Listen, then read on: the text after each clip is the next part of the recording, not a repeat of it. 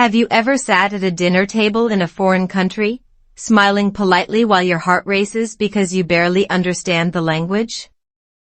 This video tells the true feeling story of my first Thanksgiving with my partner's American family, where simple English, awkward moments, gratitude, and love slowly turned fear into connection, and proved that sometimes one heartfelt thank you can build a whole new family. A nervous Thanksgiving invitation. Imagine sitting at a dinner table in a country that still feels a little new to you. People are smiling, passing plates, telling stories, and laughing quickly in English. You understand some words, maybe half of a sentence, but the conversation moves like a fast river. Your brain tries to catch the meaning, while your heart quietly asks one question: will I belong here? That moment was waiting for me on a cold November evening in the United States. My English at that time was simple. Not terrible, but not confident either. I could speak slowly. I could understand clear sentences. But long family conversations? Those felt like trying to watch a movie without subtitles. One evening, my boyfriend came home with a relaxed smile and sat next to me on the couch. Outside, the wind was pushing yellow autumn leaves across the street. My family invited us for Thanksgiving, he said. The sentence was short, calm, friendly. But inside my mind, it sounded much bigger. Thanksgiving. His family. A big American dinner. For many Americans, Thanksgiving is one of the most meaningful holidays of the year. Families travel across the country to eat together. Parents, grandparents, cousins, children, everyone gathers around one table. The house smells like roasted turkey, warm bread, and pumpkin pie. And most importantly, people talk. They tell stories. They laugh. They ask questions. They remember the past and share their hopes for the future. In other words, it is a beautiful holiday, and a terrifying situation for someone still learning English. My brain immediately started imagining the scene. A long table. Many faces. Everyone speaking fast American English. Someone looks at me and asks a friendly question. Where are you from? Simple question, right? But language anxiety does something strange to the brain. Psychologists explain that when we feel pressure to speak a second language, the brain activates a stress response. The heart beats faster. Memory becomes slower. Words that were easy yesterday suddenly disappear. It is like opening a dictionary in your mind and finding blank pages. That night, I laughed a little, but my voice sounded nervous. Your whole family will be there? I asked.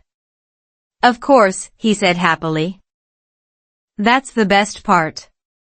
Best part for him. Scariest part for me. Still, I nodded slowly. Because behind the nervousness, there was another feeling too. Curiosity. Living in the United States had already taught me many surprising things about American culture and daily life. People say, "How are you?" even when they keep walking. Coffee cups are almost the size of small bowls. And strangers can start friendly conversations in grocery store lines. But Thanksgiving was different. It wasn't just culture. It was family. Over the next few days, the idea of that dinner stayed in my mind like a small cloud following me everywhere. While cooking breakfast, I practiced English sentences quietly. Thank you for inviting me. The food is delicious. It's nice to meet you. Simple sentences. Safe sentences. Language experts often say that learning English through real-life situations helps the brain remember words faster. Emotions make language stronger. When you connect a sentence to a real experience, your brain saves it more deeply. In my case, those sentences were connected to something very important. Love. Because the truth was simple. I cared about him. And meeting his family felt like stepping into a new chapter of life. A few days before Thanksgiving, he showed me photos from last year's dinner. The picture looked warm and lively. A long wooden table was covered with plates of golden turkey, mashed potatoes, green beans, cranberry sauce, and pumpkin pie. Everyone in the photo looked relaxed and happy. One little boy was laughing while holding a huge spoon. "That's my nephew," he said. I smiled. The scene looked cozy, like something from a movie about American family traditions. Then he said something that made my brain stop again. "There's also a small tradition before dinner." "What tradition?" I asked. "Before we eat, everyone shares one thing they are grateful for." Grateful. That word sounded simple, but it carried a lot of meaning. Around the Thanksgiving table, each person takes a moment to say what they appreciate in life. Some people talk about family. Others talk about health, friendship, or new opportunities.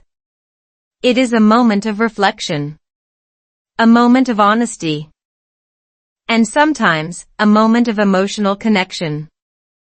But suddenly I imagined 12 people turning their heads toward me, waiting for my answer in English. My mind began searching for words.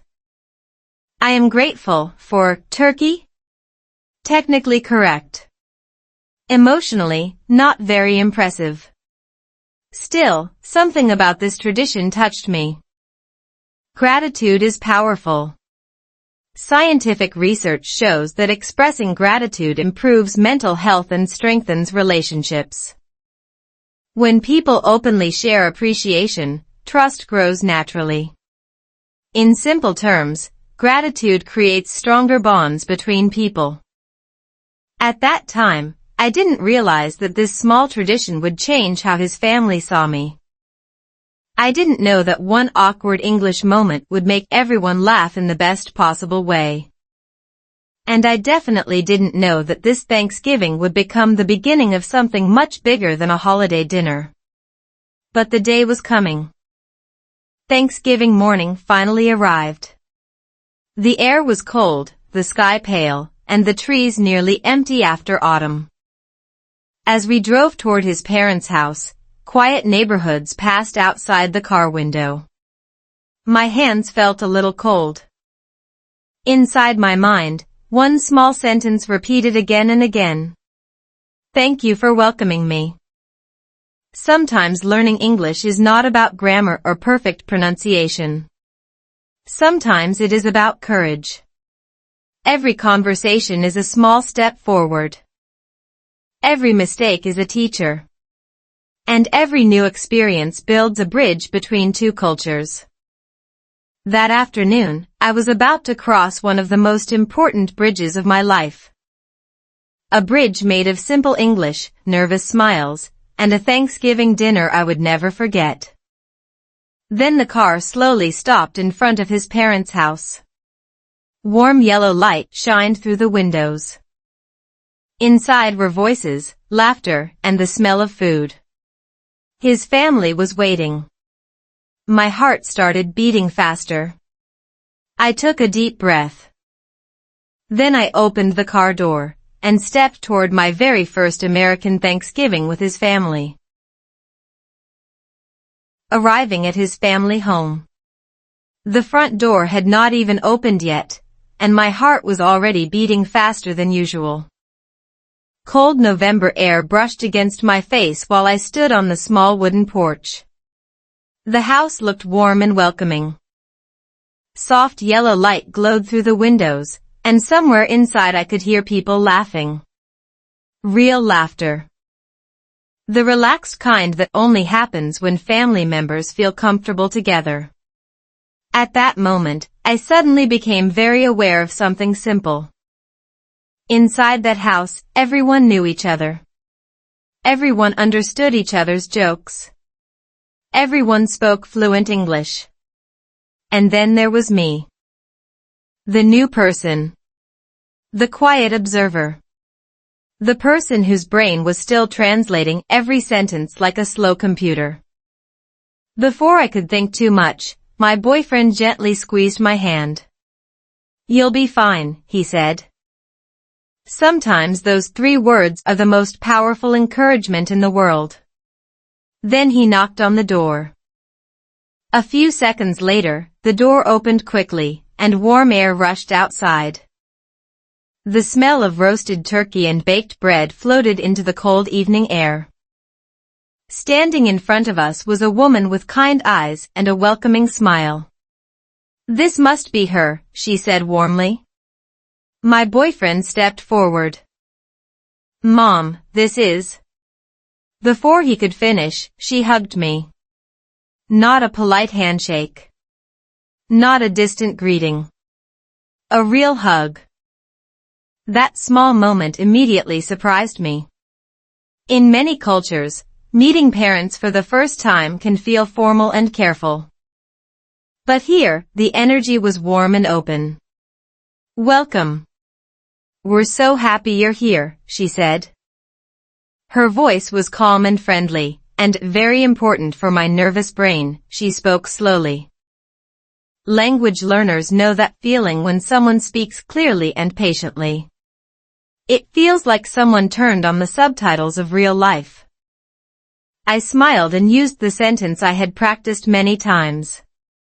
"Thank you for inviting me. I'm very happy to be here."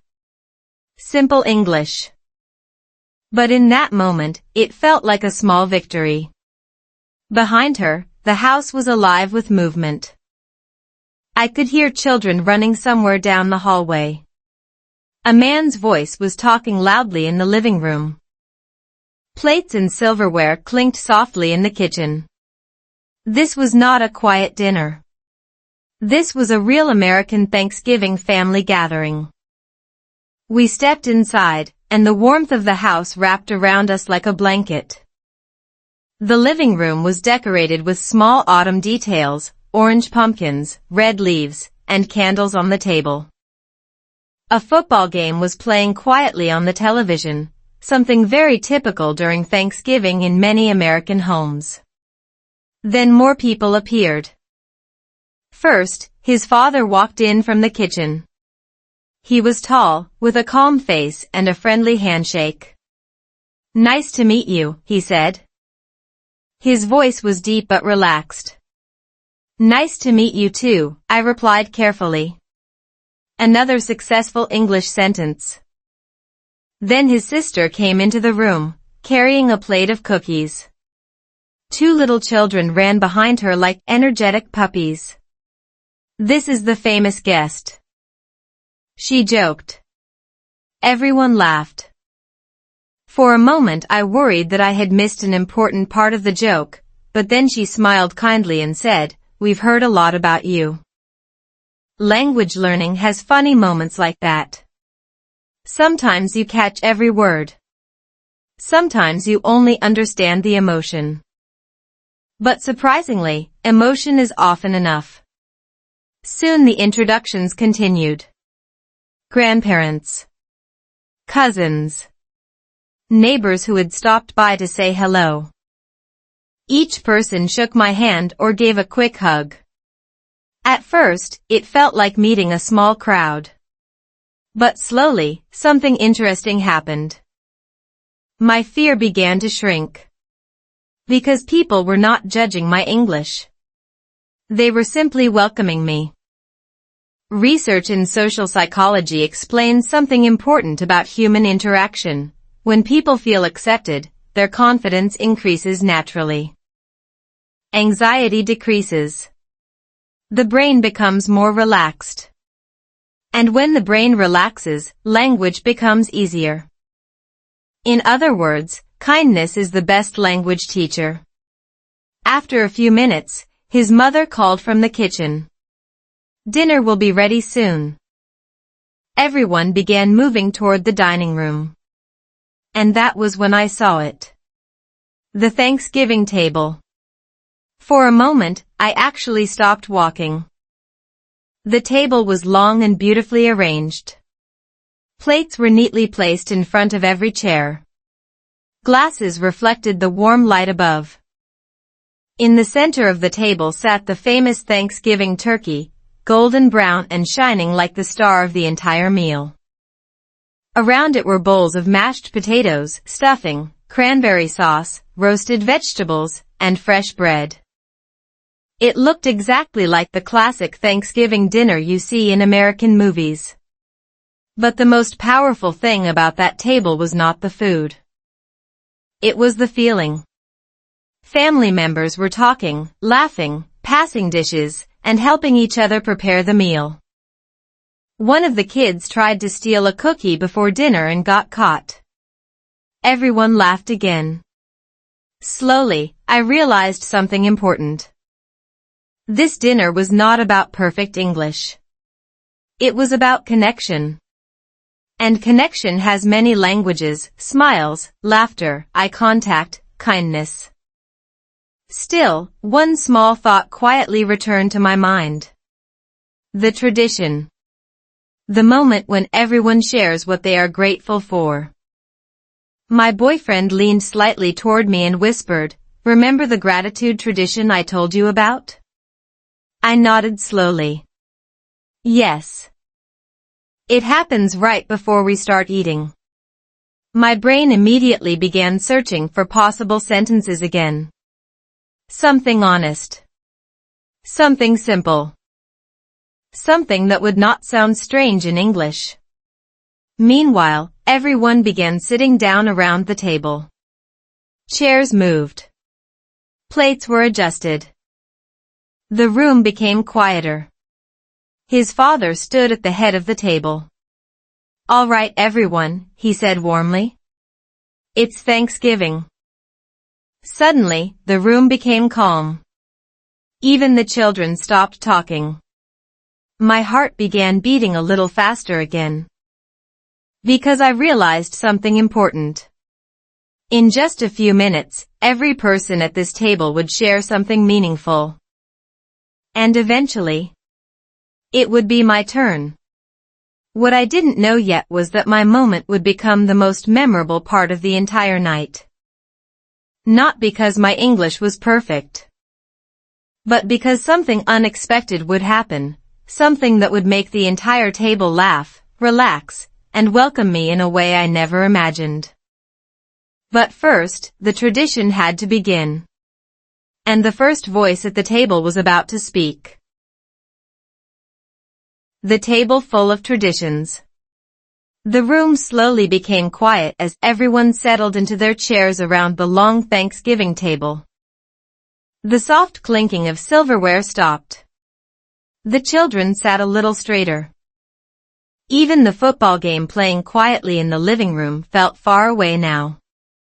At the center of the table sat the golden roasted turkey, surrounded by bowls of mashed potatoes, stuffing, cranberry sauce, roasted vegetables, and fresh bread. Warm steam rose gently from the dishes, filling the air with the comforting smell of a traditional American Thanksgiving dinner. For a moment, I simply looked around. This was not a restaurant. This was not a holiday shown in movies. This was a real American family celebrating one of their most meaningful traditions. And somehow, I was sitting right there with them. His father stood at the head of the table and rested his hands lightly on the chair in front of him. "All right, everyone," he said calmly. "It's Thanksgiving. Before we start eating, let's do our gratitude tradition." A few people nodded. The children rolled their eyes a little but smiled anyway, like they had heard this many times before. My boyfriend gently leaned closer to me and whispered, "This is the moment I told you about." Yes. I remembered very clearly. One by one, everyone would share something they were grateful for. My brain immediately began searching again for the right English sentence. Something simple. Something honest. Meanwhile, his father spoke first. I'm grateful that everyone made it here safely this year, he said. Family time like this is special. His voice was calm and sincere. Then his mother spoke next. I'm grateful for health, she said softly. And for another year together. Her words were simple, but they carried real emotion. Around the table, people nodded gently. Then his sister spoke. I'm grateful for these little troublemakers, she said, putting her arms around her two children. The kids laughed proudly. Everyone smiled. Listening to them, I noticed something interesting. No one was giving long speeches. No complicated vocabulary. Just honest feelings in simple English. And suddenly, something inside my mind relaxed a little. Maybe this moment was not a language test after all. Maybe it was simply a moment of honesty. Researchers who study happiness often say something fascinating. Gratitude changes the brain. When people regularly express appreciation, the brain releases chemicals like dopamine and serotonin, which improve mood and strengthen emotional connections. In simple words, gratitude makes people feel closer to each other. And sitting at that table, I could feel it happening. The atmosphere felt warm, calm, and safe. Then one of the grandparents spoke. I'm grateful that this family keeps growing, the grandmother said with a gentle smile. Her eyes slowly moved toward me. Not in a judgmental way. In a welcoming way. For a brief second, my heart beat faster again. But then she smiled kindly. And somehow that smile said something without words. You belong here too. The circle of gratitude continued around the table. One cousin said he was grateful for his new job. Another family member said she was grateful for a fresh start after a difficult year. Each sentence was short. Each sentence was sincere. And slowly, the circle was moving closer to me. My boyfriend spoke next.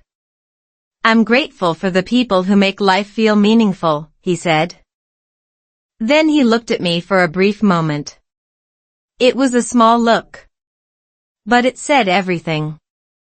Suddenly, I realized something powerful. This dinner was not about speaking perfect English. It was about sharing something real. Still, my brain was working very hard to prepare the right sentence. Maybe something like, I'm grateful to be here. Or maybe, I'm grateful to meet your family. Simple. Safe. Clear. But before I could decide, the person next to me finished speaking. And suddenly, it was my turn. The room became quiet again. All eyes gently turned toward me. Not in a scary way. More like curiosity. Like they were excited to hear from the newest person at the table.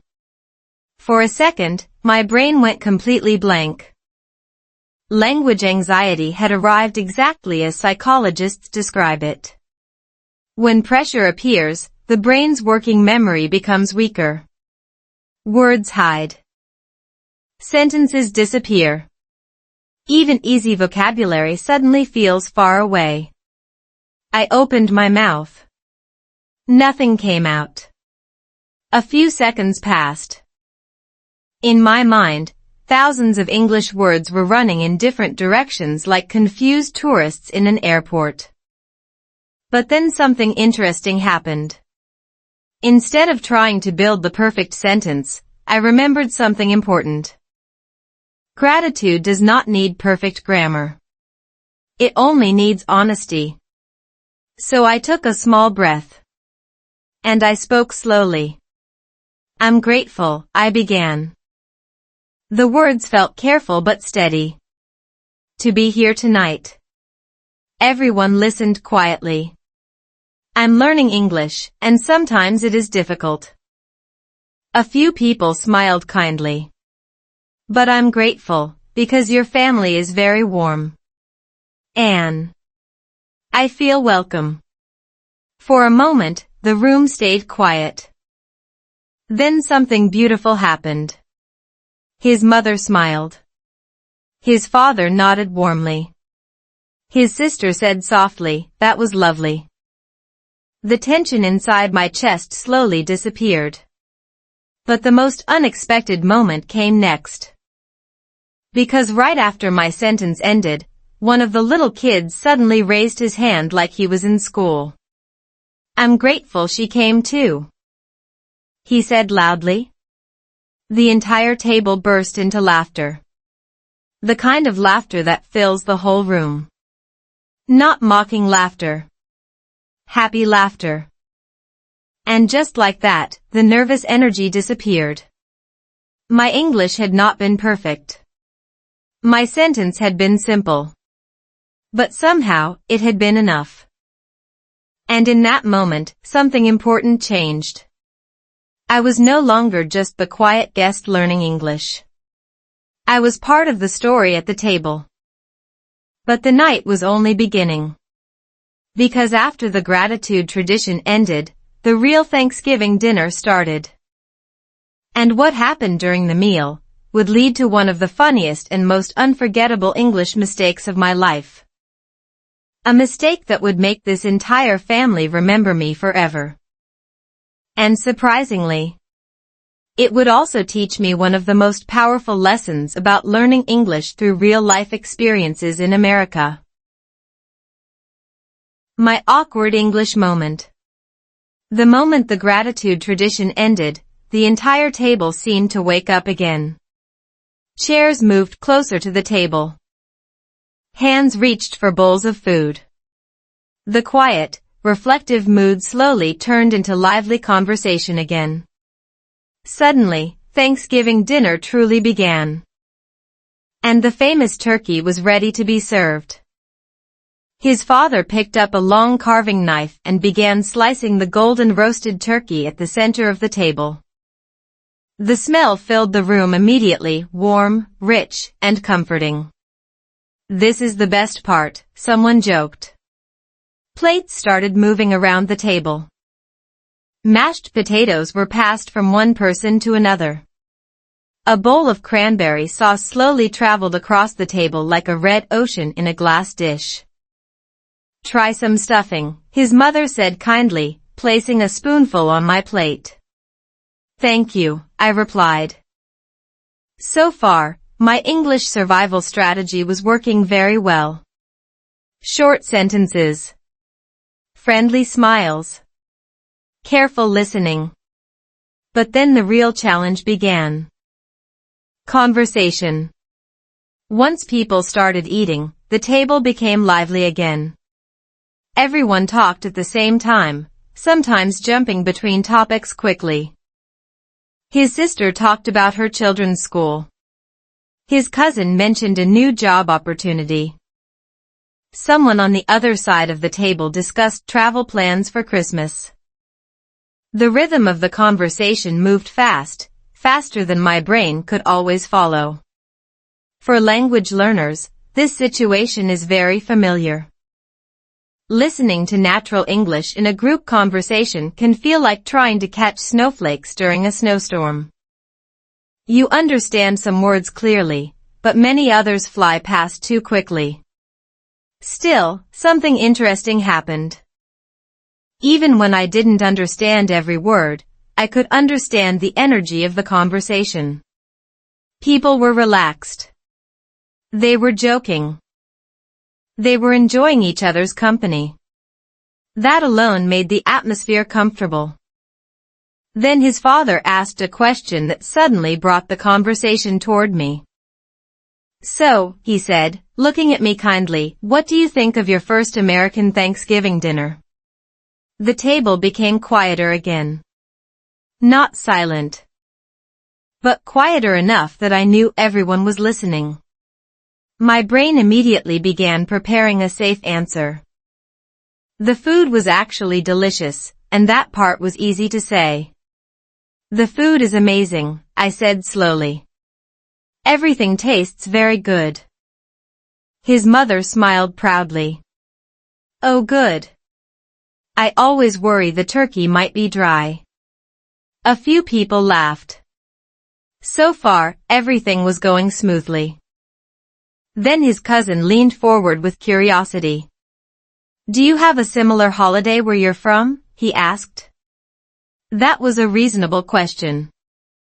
But answering it required more English. My brain quickly started building a sentence. Yes, we have family dinners too, I said carefully. Everyone listened politely. But Thanksgiving here feels very warm. Very together. The words were simple, but they felt honest. People nodded. Encouraged by the positive reaction, I tried to continue. And that was exactly when the famous English mistake happened. I wanted to say that the food was so good that I might eat too much. In my mind, the idea was clear. But my brain chose the wrong English word. Instead of saying, I might eat too much, I accidentally said, I might explode. The moment the word left my mouth, my brain immediately realized something was wrong. Explode. Not exactly the sentence a dinner guest usually says at a family meal. For a split second, the table went completely quiet. My heart dropped. Then suddenly, the entire table burst into laughter. Not small laughter. Real laughter. His sister almost spilled her drink. One of the kids repeated dramatically, she's going to explode. Even his father laughed while shaking his head. And surprisingly, I started laughing too. Because honestly, it was funny. Language mistakes sometimes create the most memorable moments. Linguists actually explain that mistakes are a natural and necessary part of language learning. When learners experiment with vocabulary and sentence structure, errors happen. But those errors also help the brain improve and remember the correct form in the future.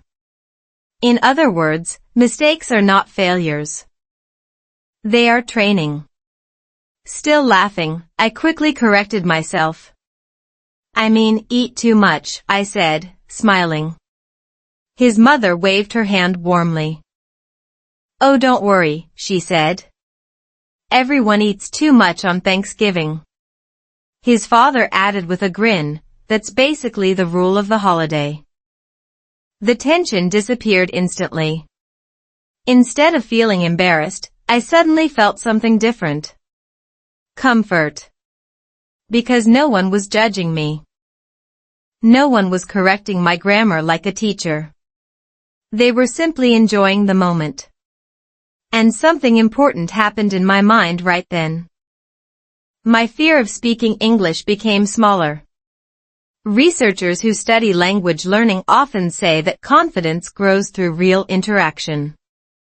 When learners experience supportive conversations, even with mistakes, the brain becomes more willing to speak again. That moment at the Thanksgiving table did exactly that.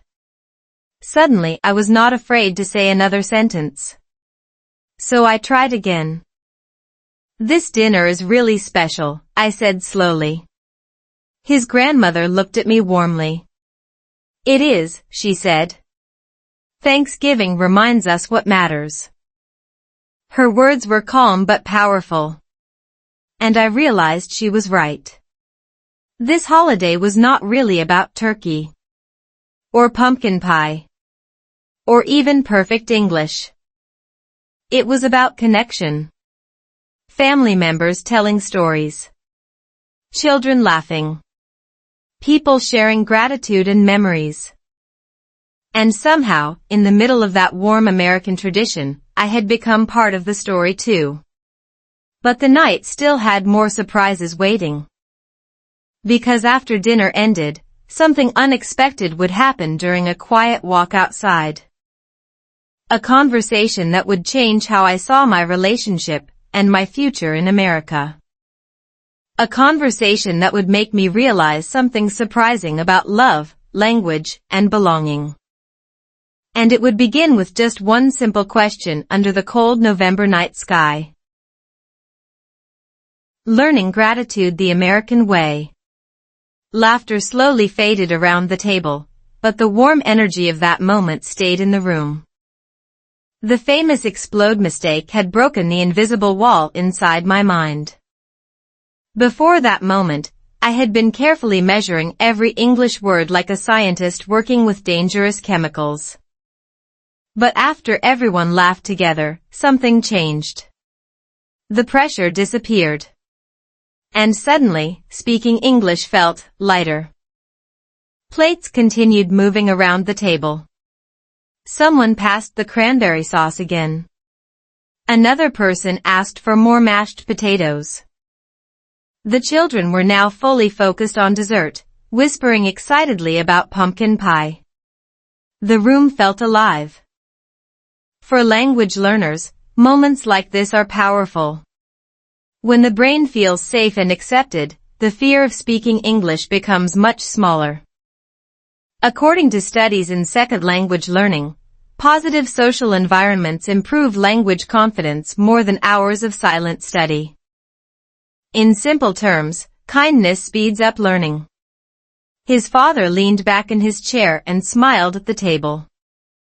You know, he said, Thanksgiving is my favorite holiday. His sister nodded. Mine too. I listened carefully, curious to understand why. Unlike many holidays in America, Thanksgiving does not focus on gifts, decorations, or expensive celebrations.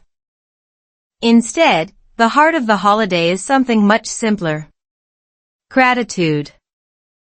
And that idea slowly began to sink deeper into my mind as the evening continued. His mother stood up and started collecting empty plates. Don't move, she said playfully. Guests are not allowed to help. But of course, several people stood up anyway. Soon the kitchen became a small world of activity. Water ran from the sink. Plates stacked on the counter. Someone opened the refrigerator to bring out the pumpkin pie. I followed my boyfriend into the kitchen, not wanting to sit quietly while everyone else helped. His mother noticed me reaching for a plate. Oh no, you don't have to do that, she said kindly. It's okay, I replied with a smile. I want to help. She paused for a second, then handed me a small stack of plates. Well, in that case, welcome to the team. Everyone laughed. Helping in the kitchen might seem like a small thing, but in many families it is an important social moment. People talk more casually while washing dishes or preparing dessert. And that was exactly what happened. His sister stood next to me drying plates. So, she said with a friendly smile, how long have you been learning English? A few years, I answered slowly. Your English is very good, she said. I laughed softly. Not always. Well, she replied, the exploding part was pretty memorable. We both laughed again. But then she said something thoughtful. You know what matters most tonight? I looked at her curiously. You showed up, she said. Meeting a partner's family can be scary, even without a language barrier. That sentence surprised me. I had been thinking about my nervous English all evening. But she was seeing something different. Courage. Sometimes we focus so much on our weaknesses that we forget to see our own bravery. Researchers who study human relationships often say something fascinating. People value sincerity more than perfection. When someone makes an effort, especially in a new language, others usually respond with respect and kindness. And suddenly I understood something about that Thanksgiving dinner. The family was not evaluating my grammar. They were simply welcoming the person their son loved. Meanwhile, in the living room, his father and a few relatives had started telling old family stories. Laughter echoed down the hallway. One story involved a failed camping trip. Another involved a Thanksgiving turkey that accidentally burned many years ago. Listening to those stories, I noticed something interesting about American family culture. Many people believe American society is very individualistic. And in many ways, that is true. Independence is highly valued. But family traditions like Thanksgiving gatherings show another side of American life. People come together. They remember shared history. They celebrate belonging. While we finished cleaning the dishes, his mother placed 2 beautiful pumpkin pies on the counter. "Time for dessert," she announced. The children cheered immediately. Soon everyone gathered around the table again, this time with smaller plates and big slices of pie topped with whipped cream. Pumpkin pie was new to me at that time. Its flavor was sweet but also warm with spices like cinnamon and nutmeg. "It's delicious," I said honestly. His grandmother smiled proudly. "That recipe has been in the family for 40 years. 40 years. That meant many Thanksgivings. Many dinners. Many memories around this same table." And then something surprising happened. His grandmother looked at me thoughtfully and asked a gentle question. "So tell me," she said softly, "what are you most grateful for right now?" The question felt deeper than the earlier gratitude tradition. Maybe because the evening had already created a sense of connection. For a moment, I thought carefully. Many answers came to mind. My family back home. The opportunity to live in the United States. Learning English. But the answer that felt most honest was simpler. "I'm grateful," I said slowly, "for moments like tonight." The table became quiet again. Because sometimes when you learn a new language, I continued, you feel like you are outside the conversation. Several people nodded gently. But tonight, I feel inside the conversation. A warm smile spread across his grandmother's face. "Well," she said softly, "that's exactly where you belong." Those words stayed with me long after the pie was finished. But the night still had more to reveal. Because after dessert, my boyfriend suggested something simple. "Let's take a walk," he said. Outside, the cold November air waited. The neighborhood streets were quiet. And during that walk, under the calm Thanksgiving night sky, he would ask a question that would completely change how I saw our future together. A question about love, family, and whether I could imagine building a life here in America. A story from his mother. Dessert plates were slowly disappearing from the table, but the warmth of the evening was still everywhere. The pumpkin pie had been a success. The children were now half asleep on the couch in the living room. A quiet football game continued playing on television, though no one was really watching anymore.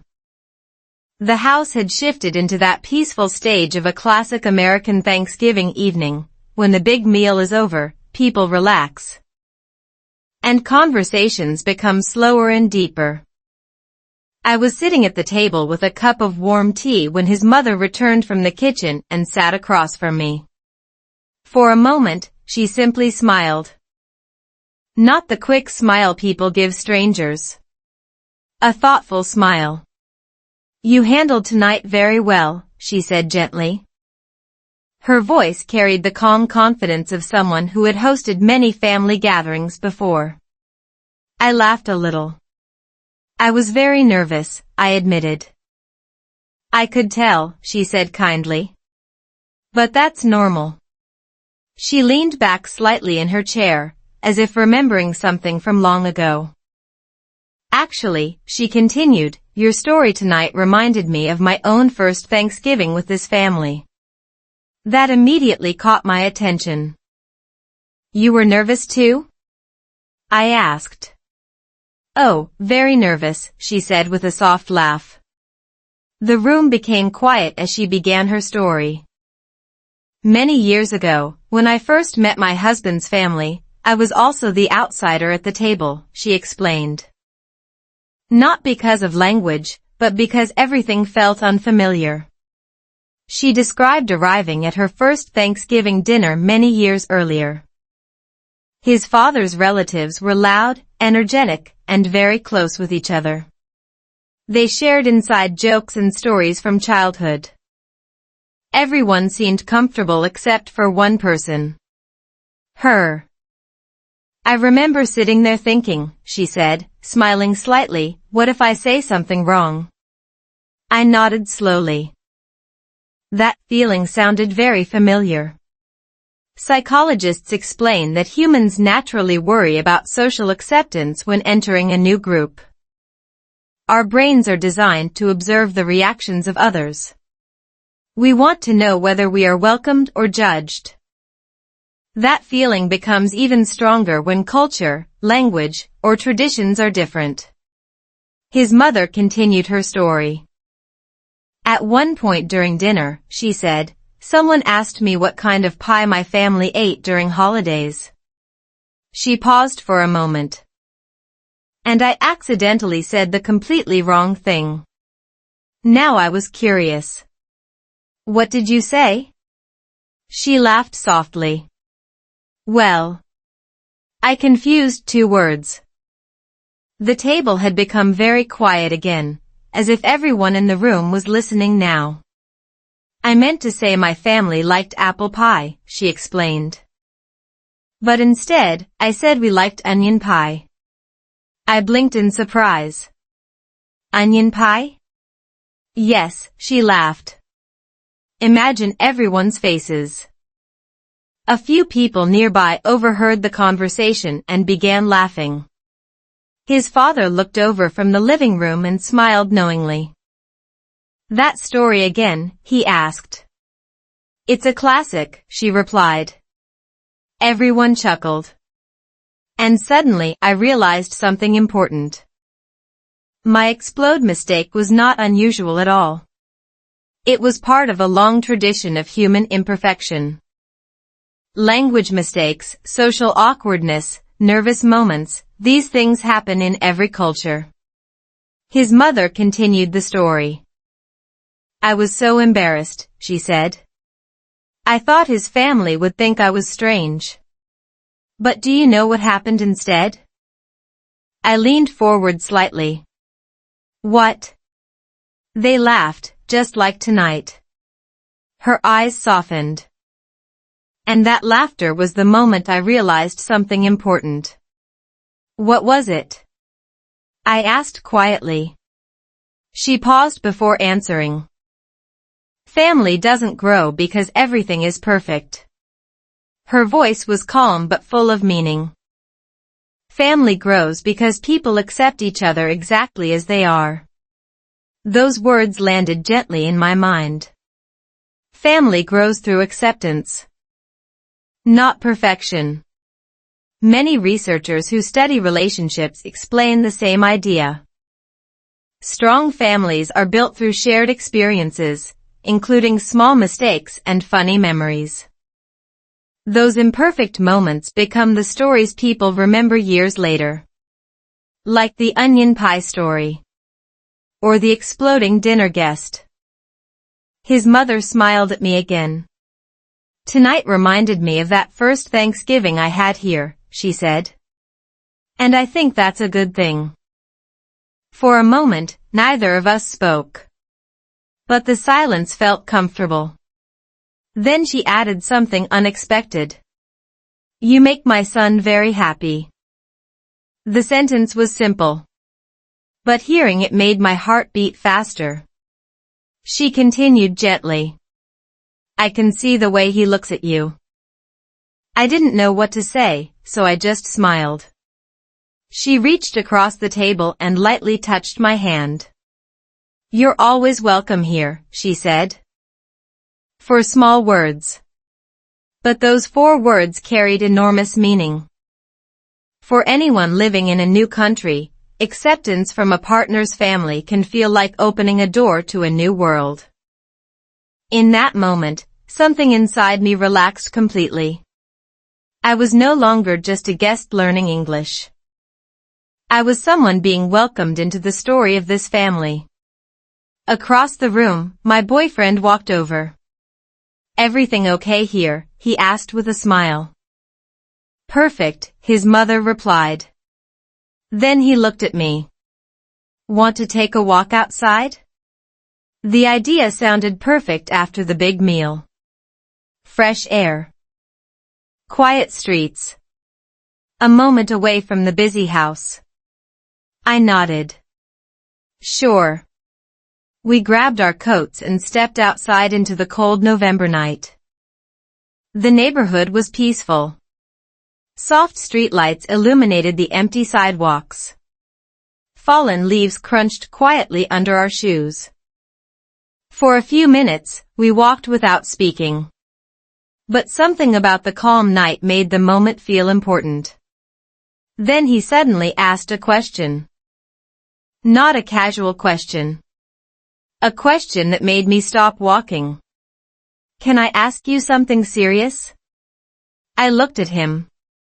Yes. He took a slow breath. And the next sentence he spoke would completely change the direction of my life in the United States. A question about love. About family. And about whether this Thanksgiving dinner might be the beginning of something much bigger than either of us had planned. When I almost gave up speaking. Cold air wrapped around us as we stepped onto the quiet street. The house behind us was still glowing with warm light, and faint laughter floated through the windows. Inside, the family continued talking and relaxing after dinner. Outside, the neighborhood felt calm and still. The kind of peaceful silence that often follows a big Thanksgiving family gathering. Dry autumn leaves crunched under our shoes as we walked slowly along the sidewalk. Streetlights created soft circles of light on the pavement, and the night sky stretched quietly above the neighborhood. For a few minutes, neither of us spoke. Sometimes silence is not uncomfortable. Sometimes it is simply space for thoughts to settle. But I could feel that something important was on his mind. Finally, he looked at me. Can I ask you something serious? He said. His voice sounded calm, but there was curiosity behind the question. Of course, I replied.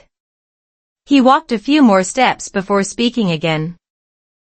Earlier tonight, he said, when you told my family you felt nervous speaking English, was it always difficult for you? That question surprised me a little.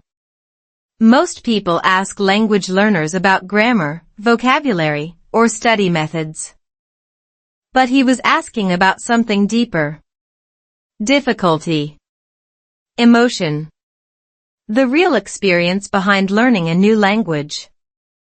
For a moment, I looked down at the leaves under my feet and thought about the answer. Yes, I said quietly. It was very difficult sometimes. The truth was simple. Learning English had not been a smooth journey. Many people imagine language learning as a straight road, study hard, practice every day, and slowly become fluent.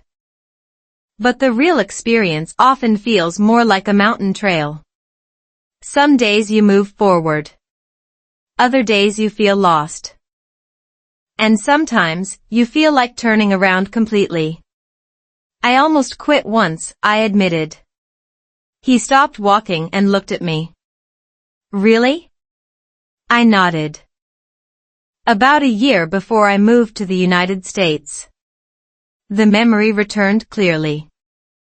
Back then, I had been studying English for a long time, but progress felt painfully slow. I could understand grammar rules, but real conversations still felt confusing. Native speakers talked quickly, used slang, and jumped between topics. Each time I tried to speak, I felt nervous. And nervousness creates mistakes. Mistakes create embarrassment. Embarrassment creates silence. Researchers in language education call this the confidence barrier. When learners lose confidence, they stop practicing. And when practice stops, improvement slows down. It becomes a frustrating cycle. One day, I continued, I had a conversation with a native English speaker online. At first, the conversation went well. But then the person started speaking faster. Using jokes. Using expressions I had never heard before. Suddenly I could barely understand anything. I remember staring at the screen, feeling completely lost. When the conversation ended, I closed my laptop and thought something very discouraging. Maybe I'm just not good at languages. That thought stayed in my mind for weeks. During that time, I studied less. I spoke less. And slowly, my motivation disappeared. Many language learners experience this moment. Psychologists explain that the brain often protects us from uncomfortable situations. If something feels embarrassing or difficult, the brain suggests avoiding it. In simple terms, the brain says, let's stop doing the thing that makes us feel stupid. But avoiding the challenge also stops growth. And that was exactly where I was heading. Then something unexpected happened. I met him. I glanced at him while we continued walking slowly down the quiet street.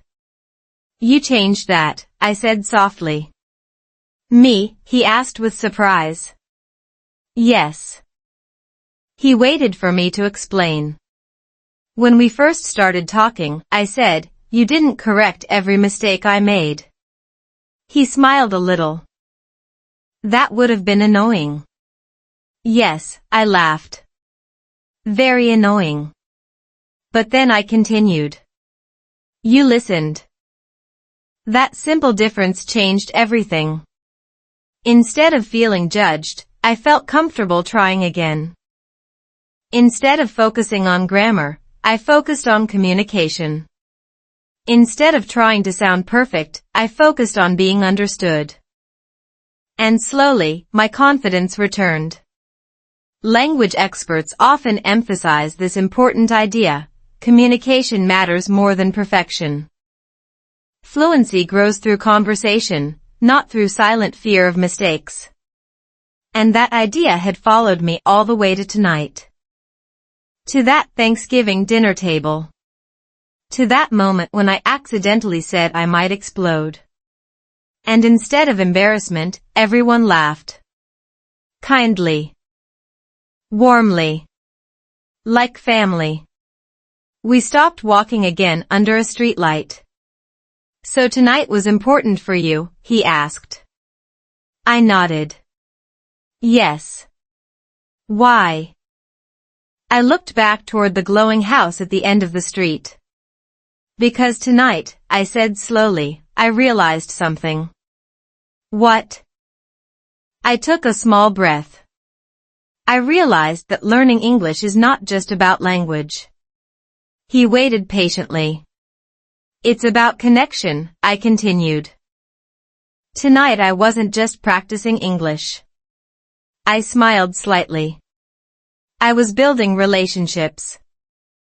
And that felt much more meaningful than memorizing vocabulary lists. He watched me quietly for a moment. Then he said something unexpected. You know what my favorite moment tonight was? What? When my nephew said he was grateful you came. I laughed softly. That was sweet. He nodded. He meant it. The street grew quieter as we turned the corner toward the house again. But before we reached the front yard, he stopped walking once more. His expression had changed. It was thoughtful. Serious. There's something else I've been thinking about, he said. What? He took a slow breath. And the question he asked next would change the direction of our future together. A question about love. A question about family. And a question about whether this Thanksgiving night might be the beginning of a life neither of us had fully imagined yet. The walk after dinner. The quiet street seemed even calmer as we slowed our steps. Behind us, the warm house still glowed with soft yellow light. Through the windows, shadows moved as family members continued talking inside. Occasionally, laughter drifted out into the cold night air. But out here, everything felt peaceful. The kind of peaceful that makes people say things they normally keep inside. Dry leaves rolled across the sidewalk as a light wind passed through the trees. Most of the branches were already empty after autumn, leaving only thin silhouettes against the night sky. For a few seconds, neither of us spoke. Then he finally said what had been on his mind. I've been thinking about something for a while, he said quietly. His voice sounded thoughtful. Not nervous. Just serious. What is it? I asked. He looked down the street for a moment before answering. When I watched you tonight, he said slowly, sitting with my family, something felt different. I tilted my head slightly. Different how? He smiled a little. In a good way. Then he continued. My family liked you. That part didn't surprise me completely. The evening had felt warm and welcoming. But the way he said it sounded deeper than just polite approval. It means a lot to me, he added. We walked a few more steps in silence before he said the next sentence. And I think you liked them too. I laughed softly. Yes. I really did. The truth was simple. Before that evening, I had been nervous about meeting his family. I worried about language barriers, cultural differences, and awkward conversations. But what I found instead was warmth. Kindness. And something that felt surprisingly familiar. Because even though the traditions were American, the feeling of family was universal. Around the world, families share food, tell stories, laugh together, and create memories. The language may change. The food may change. But the feeling stays the same.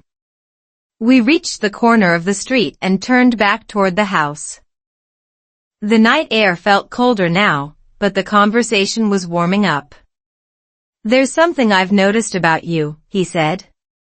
What? You don't give up easily. That sentence made me smile. You saw me almost give up earlier, I joked. He shook his head. No, he said. I saw you try again. That difference mattered.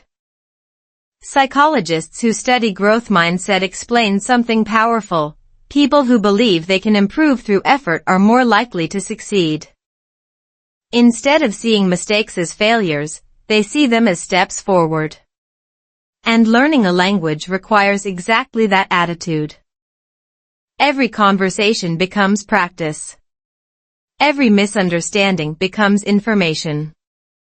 Every awkward moment becomes a future story. Tonight had given me one of those stories. The explode story. And strangely, that mistake had brought me closer to his family rather than pushing me away. Can I tell you something honest? He asked. Of course. When you said you might explode tonight, I knew my family would love you. I laughed. That's a very strange reason. Maybe, he admitted. But it showed something important. What? You were being yourself. That idea stayed in the air between us. Because authenticity is powerful. Many people worry about being perfect when meeting a partner's family. Perfect behavior. Perfect conversation.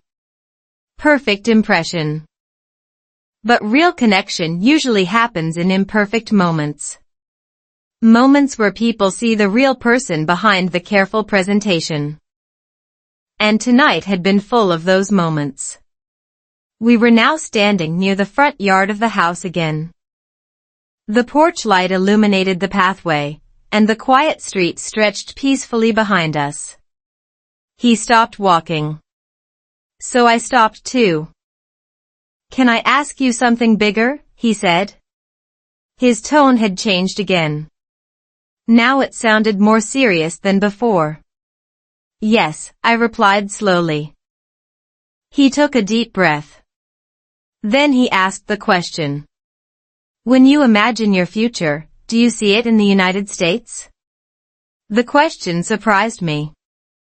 Not because it was strange, but because it touched something deep.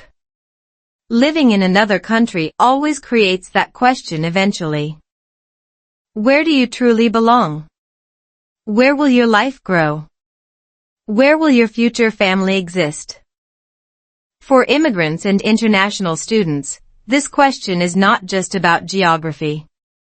It is about identity. I looked down the quiet street for a moment while thinking about the answer.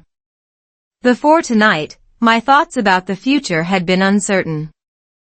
The United States was still a place I was learning about. Learning the language.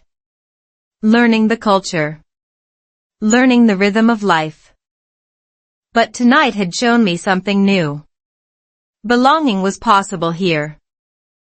And sometimes belonging begins with small moments, like sharing gratitude at a dinner table or laughing about an English mistake. I don't know everything about the future yet, I said honestly. But tonight made something clear. What's that? He asked. I smiled slightly. I could imagine building a life here. The words felt big as they left my mouth. But they also felt true. He watched me carefully. Then he smiled in a way I hadn't seen before. Relieved. Hopeful.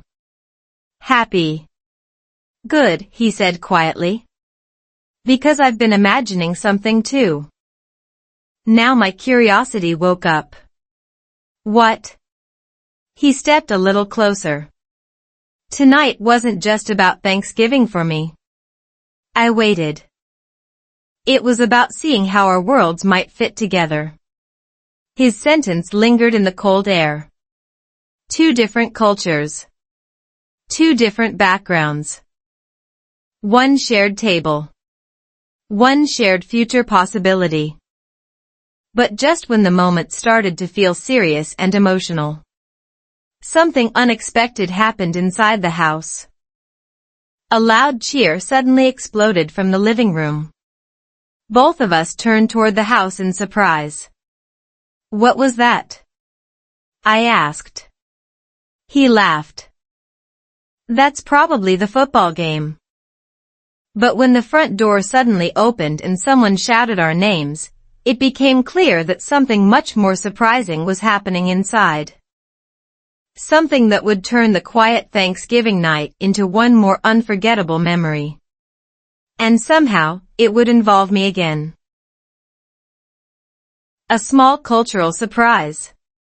The front door swung open suddenly, spilling warm light onto the quiet porch.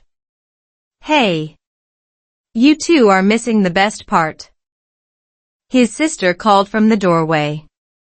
Her voice carried the same excited tone people use when something unexpected happens. My boyfriend and I looked at each other. Best part? I asked. He shrugged. That sounds mysterious. We walked back toward the house, stepping inside again where the warm air immediately wrapped around us. The living room was now full of energy. Everyone had gathered around the television. The football game had clearly reached a dramatic moment. People were cheering, some were standing, and one of the kids was jumping on the couch like he had just discovered gravity didn't exist. American football during Thanksgiving Day is almost as traditional as the turkey dinner itself. Many families watch games together while relaxing after the big meal. It's part sports event, part family entertainment. But what surprised me was how serious everyone looked. His father leaned forward in his chair, completely focused on the screen. "Come sit," he said, pointing to a spot on the couch. I sat down carefully while trying to understand what was happening. On the television, players in bright uniforms were running across the field while the crowd in the stadium roared loudly. To be honest, I understood very little about the rules of American football at that time. The players ran. They tackled each other. Then everyone stopped and talked for a while. Then they ran again. It looked intense, but also slightly confusing. "Do you understand the game?" my boyfriend asked quietly. I smiled politely. "Maybe 20%. He laughed softly. "That's a good start." Sports culture is a fascinating part of American life.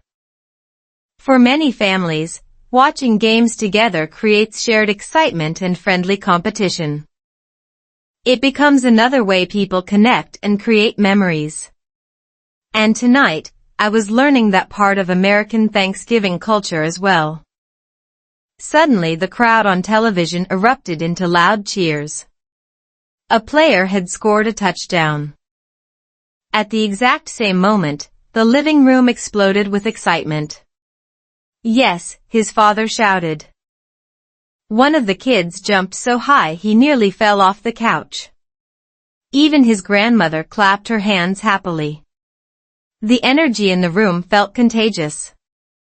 Without fully understanding the game, I still found myself smiling and clapping too. Sometimes you don't need to understand every detail to enjoy the moment. You just need to feel the energy. Then something unexpected happened. His sister suddenly stood up and walked toward the kitchen. "All right," she announced dramatically. "It's time." The children cheered again. "Pie challenge," one of them shouted. I blinked in confusion. "Pie challenge?" I whispered to my boyfriend. He laughed. "Oh right. I forgot about this." "Forgot about what?" He leaned closer. "My family has a small tradition after dinner every year." Now I was curious. What kind of tradition? Before he could answer, his sister returned carrying 2 small plates of pumpkin pie. Then his cousin followed with 2 spoons. Suddenly everyone in the room turned toward me. And toward him. The situation felt suspicious. "What's happening?" I asked carefully. His sister grinned.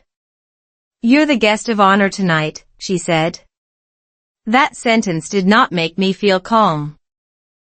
Guest of honor for what? For the pie challenge. Now my confusion was complete. "What is the pie challenge?" His cousin explained with a big smile. "Every year, 2 people compete to see who can finish a slice of pumpkin pie the fastest."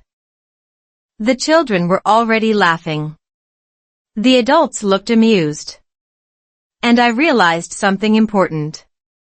They wanted me to participate. My eyes widened. "Wait, me?" His sister nodded enthusiastically. "Of course. You're part of the family tonight." part of the family. That phrase appeared again. But now it came with pumpkin pie and a strange competition. Language learning experts often say that cultural immersion is one of the fastest ways to understand a new society. Participating in traditions, even silly ones, helps people feel connected to their environment. Apparently, that environment included competitive pie eating. "Don't worry," my boyfriend whispered. "It's just for fun."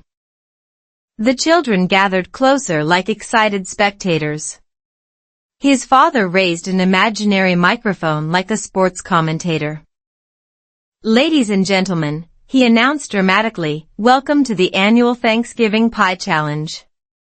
Everyone laughed. My opponent was my boyfriend.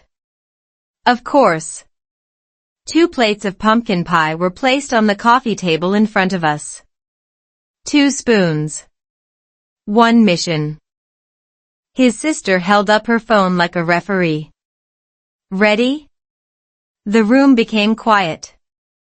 The children leaned forward. Even the grandmother looked curious. 3. I suddenly realized something funny. Earlier that evening, I had worried about speaking English perfectly in front of his family. Now I was sitting in the living room preparing to race someone in a pumpkin pie eating contest. Life has an interesting sense of humor. 2. My boyfriend looked at me with a playful smile. "Good luck," he whispered. "You too," I replied. 1, go. The room erupted with cheering. And suddenly, the quiet guest who had been nervous about speaking English had become the center of a hilarious family tradition. But what happened during that pie challenge would create another unforgettable moment.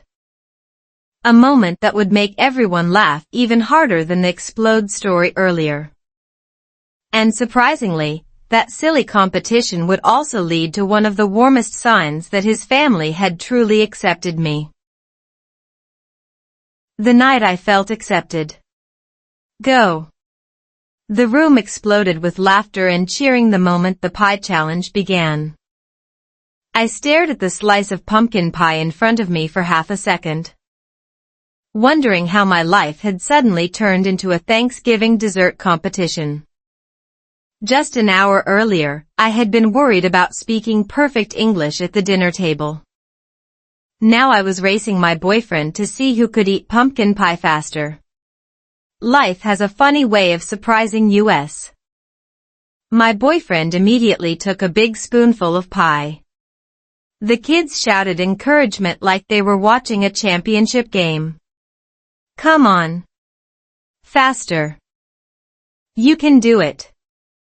I looked at my slice of pie and then at the cheering audience.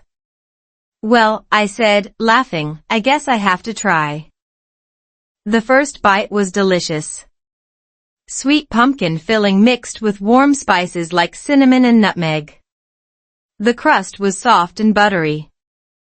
It was honestly one of the best desserts I had tasted since coming to the United States.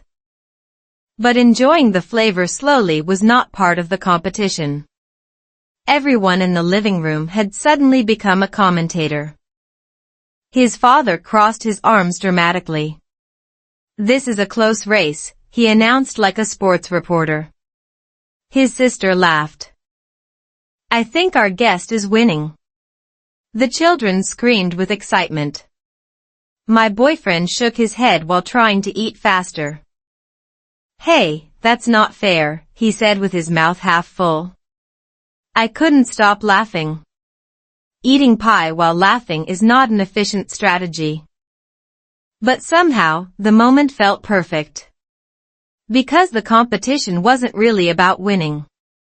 It was about fun. And more importantly, it was about inclusion. Psychologists who study group behavior explain something interesting. When a group invites someone into a shared activity, even a silly one, it creates a feeling of belonging. Participation sends a message. You are one of us. And that was exactly what this moment felt like. Not a formal welcome. Not a serious speech. Just a playful pie challenge on Thanksgiving night. After another few bites, my boyfriend suddenly dropped his spoon on the table. "I surrender," he said dramatically. The room burst into laughter again. "Victory," one of the kids shouted. His sister raised her phone like a trophy camera. "We have a winner." I held up my spoon proudly. "Thank you," I said, pretending to give a speech. This was a difficult competition. Everyone laughed. But the funniest part was the way his father responded. He walked over, shook my hand seriously, and said, "Congratulations. You've officially survived your first American Thanksgiving tradition." The room erupted again. But behind the humor, something meaningful was happening. I could feel it. Earlier in the evening, I had arrived as the nervous guest. The person carefully choosing English words. The person quietly observing the family dynamic. But now the atmosphere had changed completely. I was laughing with them. Joking with them. Sharing the same silly memories. And that difference felt powerful. Language learning often focuses on vocabulary and grammar, but real fluency includes something deeper: social connection. Understanding jokes. Sharing laughter. Feeling comfortable enough to be yourself. Those moments cannot be memorized from textbooks. They are created through experience. And tonight had given me one of those experiences. After the pie challenge ended, people slowly returned to their seats. The kids began telling exaggerated stories about the great pie battle. His grandmother shook her head with a gentle smile. "This family gets very competitive about dessert," she joked. Then she looked at me thoughtfully. "But you handled it very well." I laughed. I had good motivation. "Oh," she asked. "Yes," I said. I didn't want to explode. For half a second, the room was quiet. Then everyone remembered the earlier dinner conversation. And suddenly the living room filled with laughter again. Even the grandmother laughed this time. His mother wiped tears from her eyes. "Okay," she said between laughs. "That story is going to stay in this family forever." That sentence surprised me. "Forever?" I asked. "Of course," she replied warmly. "Every family has stories we repeat every year." She smiled kindly. "And now you're part of one." Part of one. Those 3 words carried more meaning than they might appear to. For anyone living abroad, there is always a quiet question inside. Do I truly belong here? Or am I just visiting someone else's world? That Thanksgiving night answered that question in a very gentle way. Belonging doesn't happen in one dramatic moment. It grows through small experiences. Shared meals. Shared jokes. Shared memories. And sometimes, shared pie competitions. The football game on television was almost over now. The room had become calmer again. People stretched on the couches, relaxed after the long evening. My boyfriend sat beside me quietly. "Well," he said softly, "that went better than expected." I smiled. "Yes. Are you still nervous about meeting my family?" I thought for a moment. Then I shook my head. No. Because the nervous stranger who arrived earlier in the evening had slowly disappeared. In her place was someone who felt welcomed. Someone who felt included. Someone who had just won a pie-eating challenge. But the night was not completely finished yet. Because just before we were about to say goodbye and head home, his father stood up and said something that caught everyone's attention. Something simple. Something unexpected. And something that would quietly confirm what I had begun to feel all evening. That this Thanksgiving dinner was not just a holiday memory. It was the beginning of a new chapter in my life in America. What gratitude really builds. The living room had slowly become quiet again. The football game had ended. The television now showed a calm post-game discussion that no one was really watching anymore. A few empty pie plates rested on the coffee table like small trophies from the evening's dessert battle. The children were half asleep under a blanket on the couch. Someone in the kitchen was making hot tea. The energy of the night had shifted from excitement to something softer. Something reflective. It was the peaceful feeling that often appears at the end of a long Thanksgiving family gathering. Just as everyone began relaxing deeper into the couches, his father stood up slowly from his chair. At first, I thought he might be stretching his legs. But then he cleared his throat gently. Before everyone starts heading home, he said calmly, "I want to say one more thing." The room grew quiet again. Family members looked up. Even the kids lifted their heads slightly from the couch. Moments like this feel familiar in many families.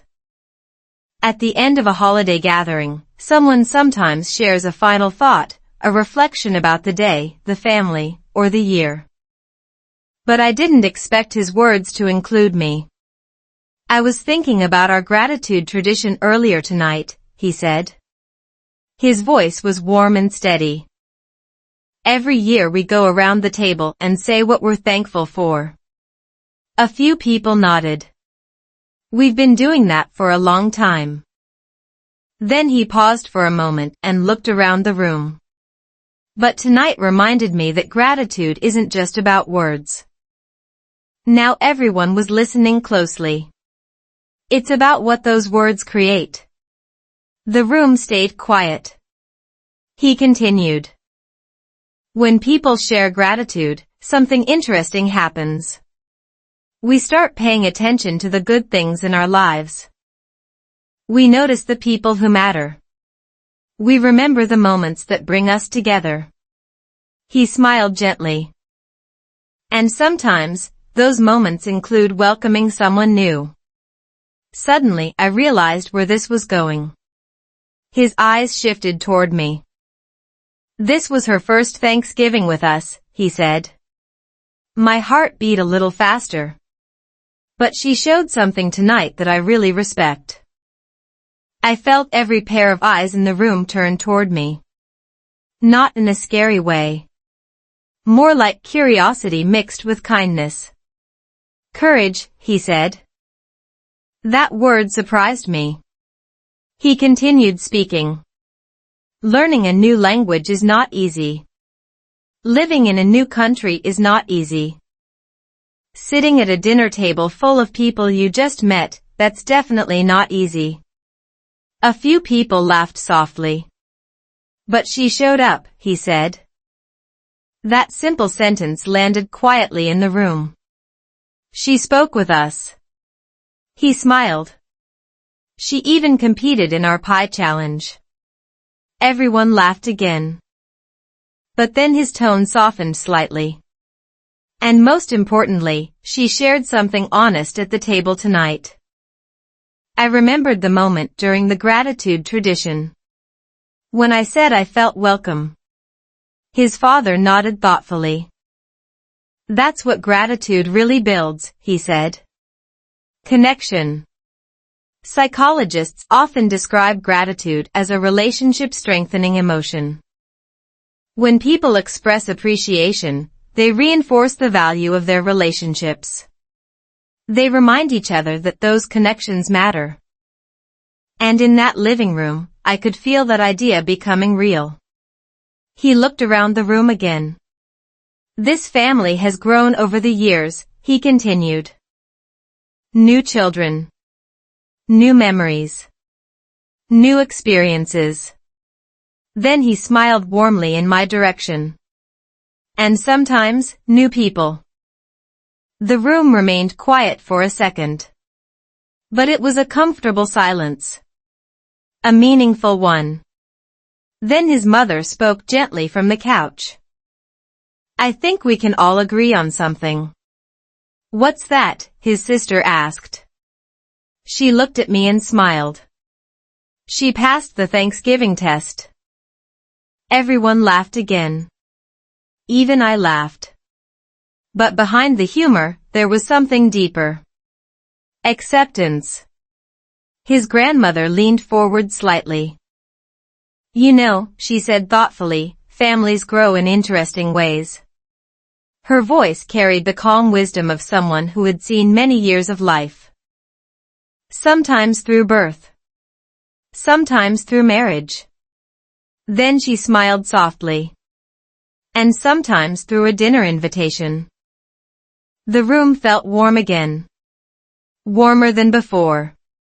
For people living far from their original home, moments like this carry a special weight. Finding belonging in a new place is not always easy. But sometimes belonging begins with something simple. A shared meal. A kind conversation. A family willing to open their door. My boyfriend gently squeezed my hand. See, he whispered. What? I asked quietly. I told you they'd love you. I smiled. You might have been right. The clock on the wall showed that the evening was getting late. Some relatives began gathering their coats. The children were gently woken up and guided toward the door. Thanksgiving night was slowly coming to an end. But inside my mind, something new had begun. Earlier that evening, I had arrived at the house as a nervous guest. Someone worried about grammar mistakes and awkward conversations. Now I was leaving with something very different. A sense of belonging. A new story to tell. And a deeper understanding of something powerful. Gratitude doesn't just celebrate relationships. It builds them.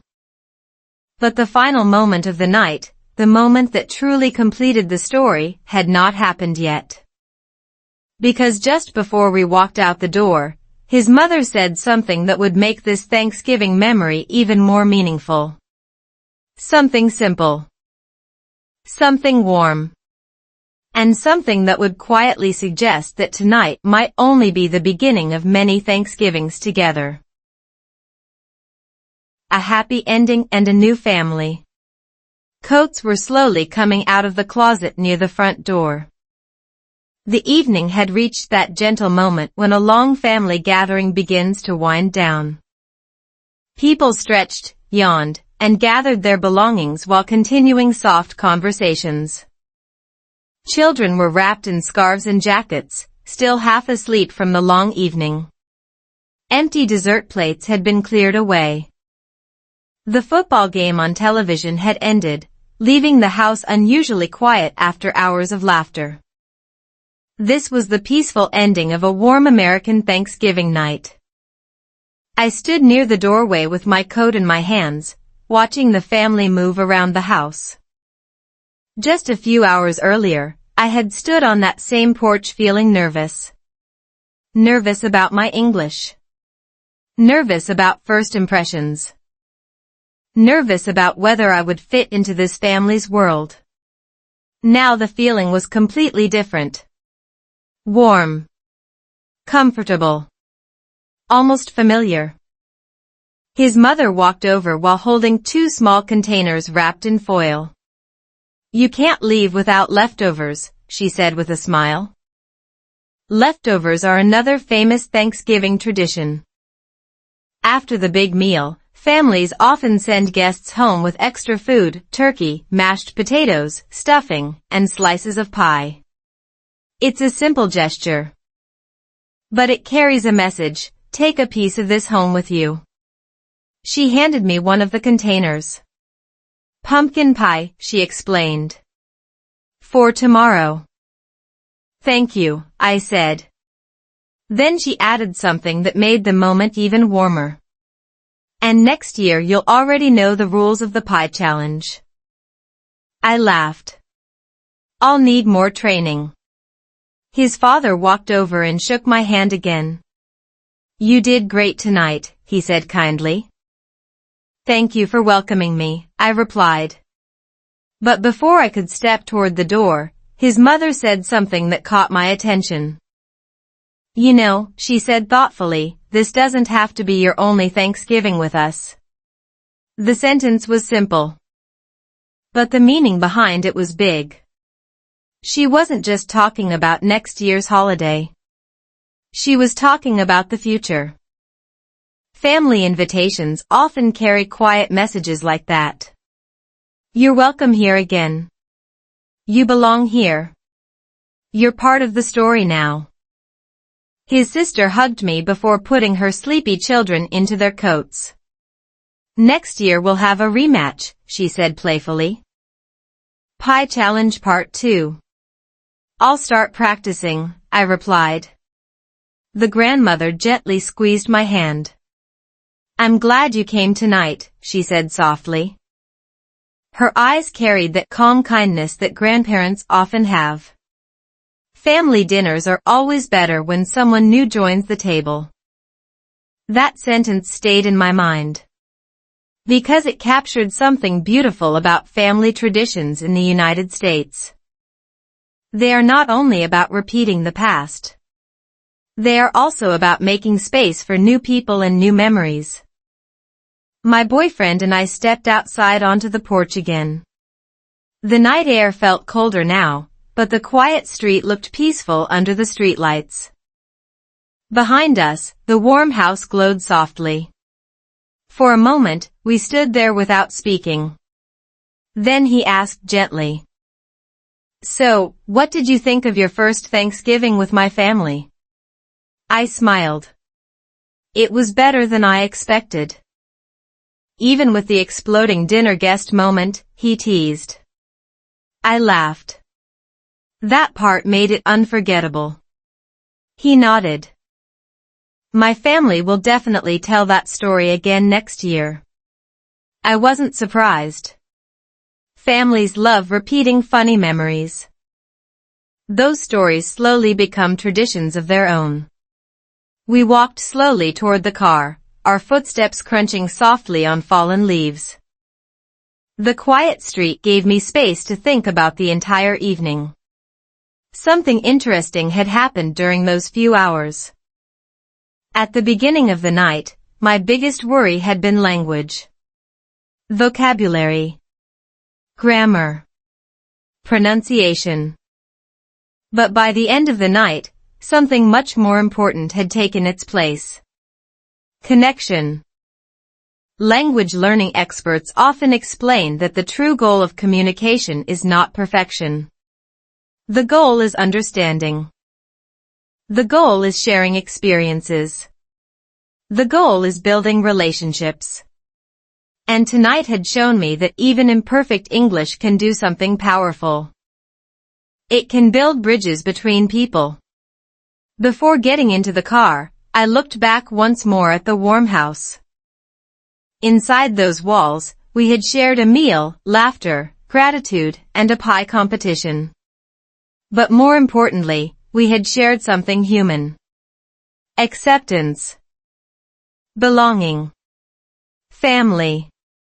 And suddenly I understood something clearly. Thanksgiving is not only about being grateful for what you already have. It is also about recognizing when life gives you something new to appreciate. A new experience. A new connection. A new place that begins to feel like home. My boyfriend opened the car door and smiled. Ready? I nodded. Yes. Because that Thanksgiving night had given me more than just a holiday memory.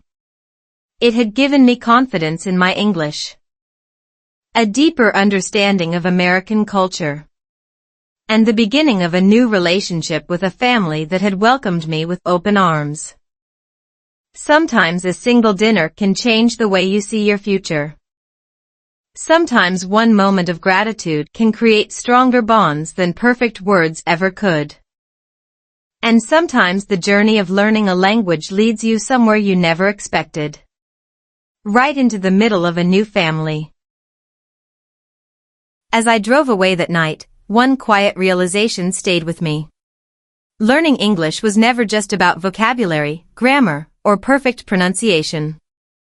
It was about moments like this, sitting at a table where you once felt like a stranger, and leaving the house feeling like part of the family. Sometimes the smallest words, like thank you or I'm grateful, can build bridges between cultures, hearts, and lives. And maybe that's the real secret behind learning English through real stories. Not memorizing thousands of words, but living them.